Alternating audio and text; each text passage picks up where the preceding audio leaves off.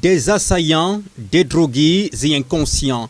Le ministre de l'administration territoriale tient un langage qui tente à infantiliser les Camerounais interpellés dans les rues de Douala alors qu'ils manifestaient pour réclamer la vérité des urnes.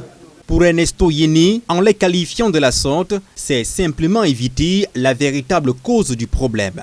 Les drogués qu'on insulte maintenant là, les perturbés qu'on insulte maintenant là, c'est le produit d'une mauvaise gouvernance. Les casseurs, les pilleurs qui ont infiltré les manifestations des crises post-électorales sont le fruit d'une mauvaise gouvernance. Les microbes ont existé à Douala avant les élections. S'il y en a plein dans les rues, ça veut dire qu'il y a quelque chose qui ne marche pas. Et c'est sur cela qu'il faut se remettre en question. On ne soumet pas un peuple avec les versets bibliques et les discours de haine, de violence le matin et les discours de paix et d'amour le soir, non. Des expressions qui ne sont pas commodes dans le contexte d'apaisement qui est prôné par ce même membre du gouvernement, selon l'acteur de la société civile Roland Bichon.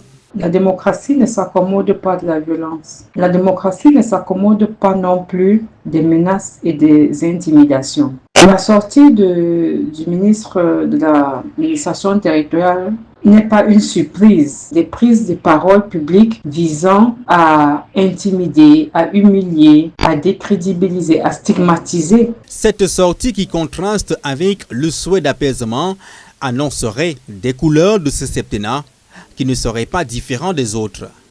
Il ne parle pas à son nom propre. Il parle en tant que ministre de l'administration territoriale, il parle en tant que membre d'un gouvernement et il parle en tant que membre d'un exécutif dont le responsable vient d'être réélu à la tête de l'État du Cameroun. Pour la Tangandji avait pourtant débuté sa tournée de sensibilisation avec une attitude et un langage commode dans le grand nord du pays, discours d'apaisement et libération de quelques manifestants.